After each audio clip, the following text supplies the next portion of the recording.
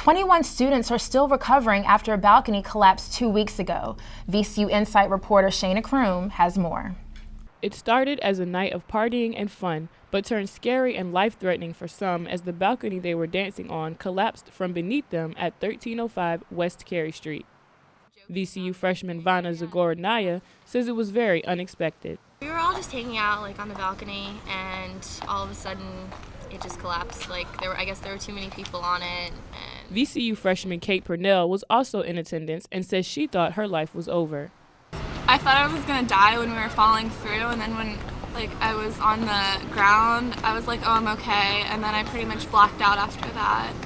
As for the victims, Zagorodnaya and Purnell are both recovering from rather serious injuries. I got a fractured knee and I got 5 stitches on my upper thigh. I fractured 2 vertebrae in my neck and tore a bunch of ligaments. The apartment behind me is where the collapse took place.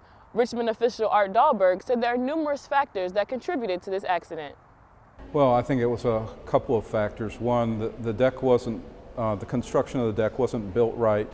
And unfortunately, when the deck was built, they didn't get a building permit, which they should have.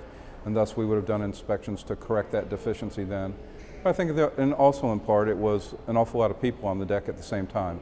To avoid this from happening again, Dahlberg says it's important to stay on top of your balcony conditions to ensure longevity. You know, if it's built right, if it's maintained well, meaning every year you go on out, you make sure that all the connections are still tight, that you're putting a preservative treatment on the wood, it can last as long as your home can last. But if you don't take care of it well, it can have a very short lifespan.